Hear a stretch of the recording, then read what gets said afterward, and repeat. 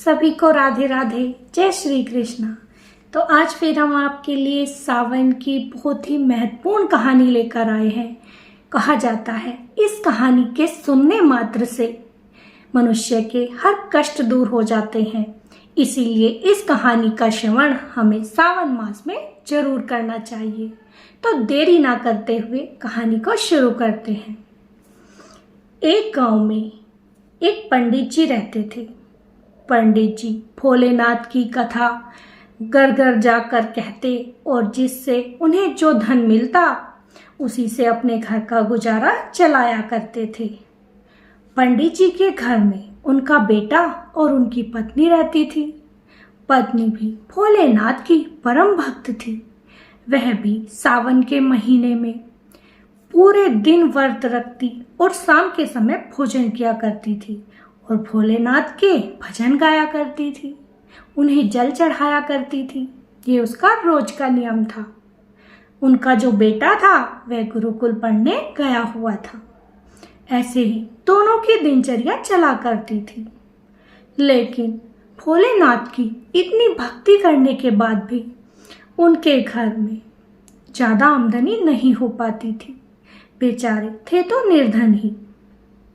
ऐसा करते करते पंडित और पंडिताइन को काफी समय बीत गया, लेकिन उनके दिन ना सुधरे। जैसी स्थिति पहले थी वैसी ही कुछ सालों बाद भी रही। इस पर पंडिताइन को एक दिन भोलेनाथ पर बड़ा क्रोध आया और वह अपने पति से बोली, मैं आज के बाद इनकी पूजा नहीं करूंगी। ये हमारी पूजा का हमें कोई फल नहीं देते। हम जैसे थे वैसे ही हैं। हमारे पास कोई धन नहीं है। मैं भोले बाबा की पूजा नहीं करूंगी। उसने कुछ दिन पूजा करनी छोड़ दी, लेकिन हालात पहले से भी बदतर हो चले। अब उसने अपने पति के कहने से फिर से पूजा पाठ करना शुरू कर दिया, लेकिन दिन तो फिर भी नहीं बदले। उधर धीरे धीरे समय बीतता जा रहा था और दोनों पति पत्नी अब बुढ़ापे की ओर जा रहे थे। उधर अब पंडित की भी उम्र हो चली और वह भी अब ज्यादा कार्य नहीं कर पाता। अब तो एक समय भोजन के भी लाले पड़ने लगे। घर में कार्य करने वाला कोई ना था। बेटा गुरुकुल पढ़ने गया हुआ था। अब करें तो क्या करें। पंडिताइन को अब फिर से भोले बाबा पर बहुत क्रोध आ गया और उसने फिर से उनकी पूजा पाठ करना बंद कर दिया और अपने पति से कहने लगी, मैंने आपके कहने पर उनकी पूजा फिर से शुरू की थी कि शायद इस बार वो हमारी सुन लेंगे, लेकिन उन्होंने हमारी एक ना सुनी। अब मैं इनकी पूजा कभी ना करूंगी। उधर पंडित अपनी पत्नी को समझाता, लेकिन वह ना समझती। बेचारा बड़ा परेशान, करे तो क्या करे। अब तो वह पूजा पाठ भी नहीं कर सकता था। उधर उसके बेटे की अब शिक्षा दीक्षा पूर्ण हो गई और जब वह घर आया उसने अपने माता पिता की हालत देखी तो वह बड़ा दुखी हुआ। उसने अपने भविष्य के बारे में बिना सोचे समझे वही कार्य करना शुरू कर दिया जो उसके पिता किया करते थे। वह भी अब गांव गांव जाता, शिव चर्चा करता, शिव की कथा सुनाता और उससे जो धन मिलता उससे वह अपने घर का पालन पोषण करने लगा। एक दिन की बात है, लड़का रोज की तरह ऐसे ही कथा करने गया हुआ था। वहां पर उस दिन उसी राज्य का राजा भी आया हुआ था। उसने भी उसकी कथा सुनी तो कथा में लड़का बोल रहा था कि जो शिव की कथा सुनता है उसके सभी कष्ट दूर हो जाते हैं और तो और उसे मनवांछित फल भी मिलता है। इतना महत्व है भोले बाबा की कथा सुनने का सावन के महीने में। राजा को लड़के की ये बात मन को भा गई और उसने लड़के से कहा, बेटा क्या तुम रोज मेरे राजमहल में आकर मेरी बेटी को कथा सुना सकते हो? लड़के ने कहा, मुझे कोई आपत्ति नहीं है राजा साहब, आप बताइए मुझे कब से आना है। राजा ने कहा, तुम कल से ही कथा सुनाने आ जाया करो, मैं तुम्हें दान दक्षिणा दे दिया करूंगा। लड़के ने ये बात अपने घर पर जाकर बताई। लड़के का पिता बहुत खुश हुआ, लेकिन उसकी माँ को चिंता सताने लगी कि मेरा बेटा अपने भविष्य को छोड़कर इस कार्य में लग गया है, इससे क्या होगा, कुछ भी तो नहीं, हमारे दिन कब बदलेंगे। उधर माता पार्वती भोले बाबा से कहने लगी, हे नाथ, ये परिवार आपको कितना मानता है, कितना भजता है, सुबह शाम आपके गुणगान करता है, लेकिन आपने इनके लिए कुछ भी नहीं किया। ये बेचारे इतने गरीब हैं कि एक वक्त का भोजन भी इन्हें बड़ी मुश्किल से मिलता है। क्या आप इनके लिए कुछ ना करोगे? भोलेनाथ, या तो इनके लिए कुछ कीजिए, नहीं तो ये ऐसा ना हो जाए कि आपकी भक्ति करना ही छोड़ दें। भोले बाबा ने कहा, मैंने इनके भविष्य में आने वाली खुशियों का बीज बो दिया है और अब जल्दी ही इन्हें उसका फल भी मिल जाएगा, तुम देखती जाओ। अब तो माता पार्वती भोले बाबा की बातों में फंस गई। उधर लड़का रोज राजकुमारी को सिर्फ कहानी सुनाने जाया करता था और वहां से जो धन मिलता उससे अपने परिवार का पालन पोषण करने लगा। एक वक्त का भोजन उन्हें रोज मिल जाया करता था। एक दिन भोले बाबा ने कहा, चलो देवी, आज हम इनकी परीक्षा लेने धरतीलोक पर चलते हैं। दोनों ने साधु का रूप धारण किया और पंडित के घर आ पहुंचे। अलक निरंजन, अलक निरंजन। पंडित अंदर से बाहर आया और बोला, बाबा, आप कौन हैं और कहां से आए हैं? तब भोले बाबा और माता पार्वती बोली कि हम बड़े दूर से आए हैं, हमें आज रात रुकने का ठिकाना चाहिए, क्या हम तुम्हारे यहाँ पर रुक सकते हैं? पंडित ने सोचा, ये तो ब्राह्मण हैं, वैसे भी योगी लगते हैं, अगर मैं इन्हें रुकने के लिए मना करूंगा तो कहीं ऐसा ना हो कि मुझसे कोई पाप हो जाए और ये मुझे श्राप दे दें।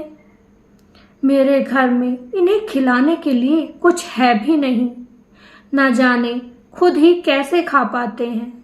अगर इन्हें रोकूं तो इनका आदर सत्कार कैसे कर पाऊंगा? यही सोच सोचकर बेचारा ब्राह्मण दुखी हो रहा था, लेकिन फिर सोचा, जो होगा देखा जाएगा, इनका निरादर भी नहीं किया जा सकता।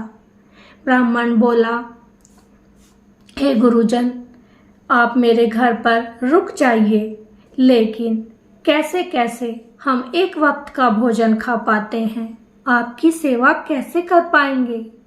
तब भोले बाबा ने उस ब्राह्मण को एक कटोरा दिया और कहा, जा, आज अपनी पत्नी को कहना कि इस कटोरे में भोजन बनाए, हमारा दोनों समय का भोजन बन जाएगा। अब तो साधु ने वह कटोरा पंडित को दे दिया और पंडित ने वह कटोरा अपनी पत्नी को दे दिया। उस दिन जब उसमें भोजन बना तो उनका सबका पेट भर गया। पंडित को बड़ा अच्छा लगा कि ये साधु महात्मा तो बड़े पहुंचे हुए हैं, तभी तो आज हम भर पेट भोजन कर पाए। अगले दिन फिर जब पंडित का लड़का कथा सुनाने के लिए राजमहल जा रहा था तो भोले बाबा ने उसे रोका और कहा, बेटा, कहाँ जाते हो? तब लड़के ने सारी बात उन पंडित जी से कह दी। भोले बाबा ने कहा, अच्छा, आज राजकुमारी से ये प्रश्न करना कि तुम किस लिए शिव कथा सुनती हो, तुम्हारी क्या मनोकामना है? लड़के ने ऐसा ही किया। जब वह राजकुमारी से मिला तो उसने कथा सुनाने के बाद उनसे पूछ लिया कि तुम किस उद्देश्य से कहानी सुनती हो, तुम्हारी इच्छा क्या है? तब राजकुमारी ने कहा, मैं मनवांछित वर चाहती हूँ। मैं चाहती हूँ कि मेरा पति ऐसा हो जो तीनों लोकों में ऐसा कोई ना हो, और तो और जो भी उसे देखे बस उसी की चर्चा करता रह जाए। वह इतना बलशाली हो, इतना सुंदर हो और इतना ज्ञानवान हो। ये सारी बातें सुनकर लड़का वापस आ गया और उसने यही बातें आकर भोले बाबा को बता दी। भोले बाबा, जिन्होंने ब्राह्मण का वेश धारण कर रखा था, वे बोले, कल फिर जाकर यही पूछना।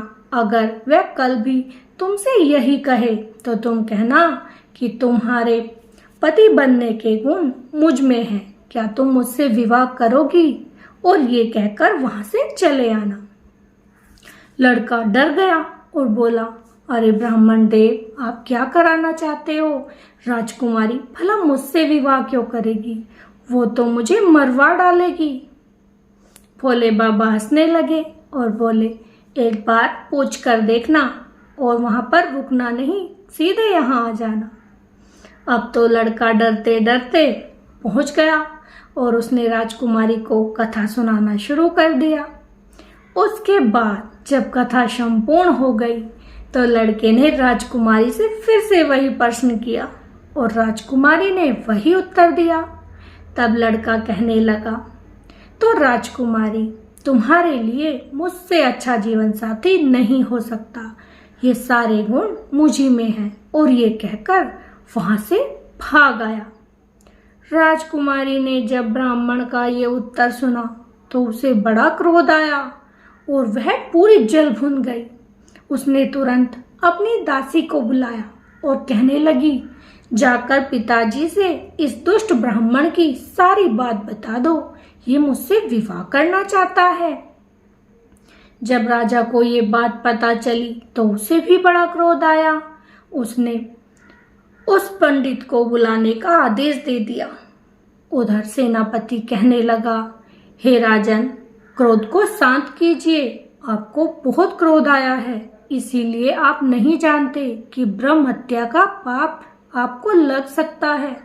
हम ब्राह्मण को नहीं मार सकते। इससे तो अच्छा होगा कि आप उसके पास प्रस्ताव भेज दीजिए और कुछ ऐसी शर्तें रख दीजिए जो वह चाहकर भी पूरी ना कर पाए। राजा को ये बात सही लगी। उसने अब एक दूत को उनके घर पर भेज दिया कि राजा साहब शादी करने के लिए तैयार हैं, लेकिन तुम्हें उनकी कुछ शर्तें माननी पड़ेंगी। जब वह दूत घर पर पहुंच गया तो पंडित और पंडित का लड़का घबरा गए कि आज तो राजा ने बुलावा भेज दिया है और अब हम नहीं बचेंगे। उधर भोले बाबा और माता पार्वती पहले से ही वहां बैठे हुए थे। जब वह दूत आया तो उसने कहा कि राजा साहब विवाह करने के लिए तैयार हैं, लेकिन उनकी कुछ शर्तें हैं। अगर तुमने वे शर्तें मान ली तो वे अपनी बेटी का विवाह खुशी खुशी आपके बेटे से करा देंगे। अब भोले बाबा ने कहा, शर्तें क्या क्या हैं, जरा हमें भी बताओ। तब उस दूत ने कहा कि राजा साहब की पहली शर्त तो यह है कि जितने भी शादी घर हमारे यहाँ हैं वे सारे बारातियों से भर जाने चाहिए। अगर एक भी खाली रह गया तो राजा तुम्हें फांसी पर चढ़ा देगा। और दूसरी शर्त यह है कि बारात इतनी तकड़ी आनी चाहिए कि सब लोग देखते रह जाएं। और तीसरी शर्त यह है कि जितना भी भोजन बारातियों के आदर सत्कार के लिए बनाया जाएगा वह बचना नहीं चाहिए। लड़का घबरा गया कि हमारे तो रहकर 2-4 रिश्तेदार हैं, इतनी बड़ी बारात मैं कैसे लेकर जाऊंगा। लेकिन लड़का कुछ कह पाता उससे पहले भोले बाबा ने बोल दिया कि ठीक है, राजा साहब से कह दो हम शादी करने के लिए तैयार हैं और बारात धूमधाम से लेकर आएंगे। दूत वहां से चला गया और उसने जाकर राजा साहब को ये संदेश सुना दिया। राजा हैरान हो गया कि जिस इंसान के पास रहने के लिए घर तक नहीं है, 2-4 बचे कुचे रिश्तेदार हैं, वह इतनी तगड़ी बारात लेकर कैसे आएगा। लेकिन जो भी हो, अब 3 दिन बाद शादी थी, जो होगा देखा जाएगा। उधर लड़के को ना भूख लगती ना प्यास लगती, यही सोचता ऐसा कैसे होगा मेरे पास इतने बाराती कहाँ से आएंगे? भोले बाबा ने कहा, चिंता क्यों करता है, जा गांव वालों को बारात के लिए न्योता दे आ। अब लड़का जिसके घर भी जाता वह पहले ही मना कर देता, ना भाई, हमें मरना नहीं है, हम ना जाएंगे तेरी बारात में। लड़का उदास होकर घर आ गया और फिर से वह भोले बाबा के पास आकर बैठ गया। भोले बाबा उससे कहने लगे, अरे बेटा, चिंता क्यों करता है, शादी का दिन तो कल है, कल के कल देखेंगे, तू अभी खाना खा और सो जा। लड़के को कहाँ नींद आने वाली थी, उसे तो अपने मौत की घड़ी दिखाई दे रही थी कि कल तो हमारा अंतिम दिन होगा। उधर भोले बाबा को कोई चिंता ही नहीं थी। शादी का दिन भी आ गया। लड़का उदास बैठा हुआ था। भोले बाबा फिर से लड़के के पास आए और बोले, बेटा, जल्दी से तैयार हो जा, बारात कब से इंतजार कर रही है। लड़का चौंक गया कि एक भी गांव वाला बारात में जाने के लिए तैयार नहीं था। फिर बारात कहाँ से आ गई? बाहर जाकर देखा तो इतनी सारी बारात खड़ी हुई थी कि पूरा गांव उस बारात में समा रहा था। ये देखकर लड़का चौंक गया, सोचने लगा, इतने लोग कहाँ से आए। उधर भोले बाबा ने देवता, गंधर्व, भूत, प्रेत सबको न्योता दे डाला और सबके सब इंसान का रूप धारण करके पृथ्वीलोक पर आ गए और बारात में जाने के लिए तैयार हो गए। अब सब धूमधाम से बारात लेकर राज दरबार की ओर चल दिए। जितने भी पंडाल थे सब भर गए, यहाँ तक कि कुछ बाराती तो बाहर ही खड़े रह गए। अब जो सैनिक थे वे राजा साहब के पास पहुंचे और कहने लगे, राजा साहब, गजब हो गया, इतनी भारी बारात आई है कि कहीं पर खड़े होने की जगह तक नहीं है। कुछ लोग तो पंडालों के बाहर भी खड़े हैं, उनके रहने का इंतजाम कराओ। राजा सोचने लगा, जिसके पास एक बाराती भी नहीं था वह इतनी बारात लेकर कैसे आ सकता है, एक बार जाकर देखना पड़ेगा।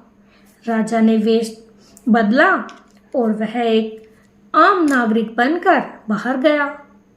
अब भोले बाबा ने तो पहचान लिया कि ये तो राजा साहब हैं। उन्होंने तुरंत शनिदेव और शुक्रदेव को वहां पर छोटे बच्चे बनाकर बुला लिया और उनसे कहा, जाओ, जाकर तुम जोर जोर से रोने लगो और कहो, हमें भूख लग रही है।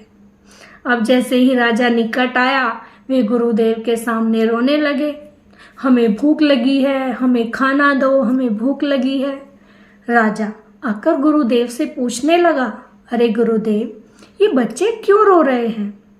गुरुदेव बोले, रोते क्या, बच्चे हैं, भूख लगी है, खाना चाहिए। राजा ने जहाँ पर भोजन बन रहा था वहां पर उन दोनों बच्चों को भेज दिया। उन बच्चों के थोड़ी देर बाद ही एक सैनिक भागा भागा राजा साहब के पास आया और बोला, राजा साहब, सारा भोजन समाप्त हो गया, खाने के लिए कुछ भी नहीं बचा और इतने सारे बारातियों का भोजन कहाँ से कराओगे, जल्दी से कोई प्रबंध कराओ। राजा हैरान हो गया, अब क्या होगा, मेरी लाज कैसे बचेगी। वह गुरुदेव के आगे हाथ जोड़कर खड़ा हो गया और कहने लगा, गुरुदेव, मेरी लाज आपके ही हाथ में है, किसी तरीके से मेरी लाज बचा लीजिए, नहीं तो पूरे राज्य में मेरी थू थू हो जाएगी। गुरुदेव कहने लगे, तुम जाकर बारात की आगवानी की तैयारी कराओ, यहाँ मैं संभाल लूंगा। राजा वहां से चला गया और उसने बारात के आने की पूरी तैयारी करवा दी। उधर अब सब बाराती धूमधाम से बारात लेकर राजा के महल की ओर चल दिए। दूल्हे को सुंदर कपड़े पहनाए गए, सुंदर रथ लाया गया और उसके चेहरे पर चंद्रमा और सूरज का चमकदार सेहरा बनाया गया। सब लोग उसे देखकर हैरान हो रहे थे, अरे वाह, ऐसी बारात तो पहले कभी नहीं देखी और ना ही अपने जीवन में देखने की इच्छा रखते हैं। इतनी सुंदर भव्य बारात राजा की लड़की के लिए आई है, वाह क्या बारात है। जिधर देखो बस बारात की ही चर्चा हो रही थी। और लड़के की तो पूछो ही मत। सब कहते इस पंडित की किस्मत तो देखो, कितने सुंदर सिंहासन पर बैठकर यह लड़की को बिहाने आ रहा है। अब राजा की लड़की का विवाह पंडित के लड़के के साथ हो गया। बड़ी धूमधाम से सारे कार्य निपट गए। पंडित राजकुमारी को लेकर अब वापस अपने घर की ओर चल दिया। उधर सोचने लगा कि यहाँ तो सब कुछ अच्छे से हो गया, लेकिन घर पर तो एक कुटिया ही है। अब राजकुमारी को कहाँ रखूँगा, क्या खिलाऊंगा? मेरे पास इतनी सामग्री भी नहीं है। यहाँ तो गुरुदेव ने जैसे तैसे करके मेरी लाज बचा दी, अब क्या होगा? लेकिन जैसे ही लड़का अपने घर के पास गया तो चौंक गया। उसने देखा एक बड़ा ही सुंदर महल बना हुआ है और वहाँ पर नौकर चाकर घूम रहे थे। उनके सत्कार के लिए बहुत सारी सेविकाएं खड़ी हुई थी। सभी ढोल नगाड़े बजा रहे थे। वह ये देखकर समझ गया कि ये सब कुछ भी इन गुरुदेव की ही कृपा है। जरूर इन्होंने कुछ चमत्कार करके ये सब किया है। वह उनके चरणों में गिर पड़ा और उनसे पूछने लगा, हे गुरुदेव, आप कौन हैं? आप कोई आम इंसान तो नहीं हो सकते। तब गुरुदेव और माता पार्वती ने अपना सुंदर रूप धारण किया और उन्हें दर्शन दिए और उनसे कहा, तुम तीनों हमारी इतनी भक्ति करते हो, इतनी पूजा करते हो, उसी का फल हमने तुम्हें दिया है। तो जो भोले बाबा की शरण में आ जाए उसे किसी प्रकार की कोई कमी थोड़ी रह सकती है। भोले बाबा ने ये माता पार्वती को दिखा दिया कि मैं देर से ही सही लेकिन अपने भक्तों को कभी दुखी नहीं होने देता। तो आपको ये पंडित जी की प्यारी सी कहानी कैसी लगी कमेंट में ज़रूर बताइएगा और श्रावण मास में इसका एक बार श्रवण जरूर कीजिएगा। फिर मिलेंगे। राधे राधे। जय श्री कृष्णा।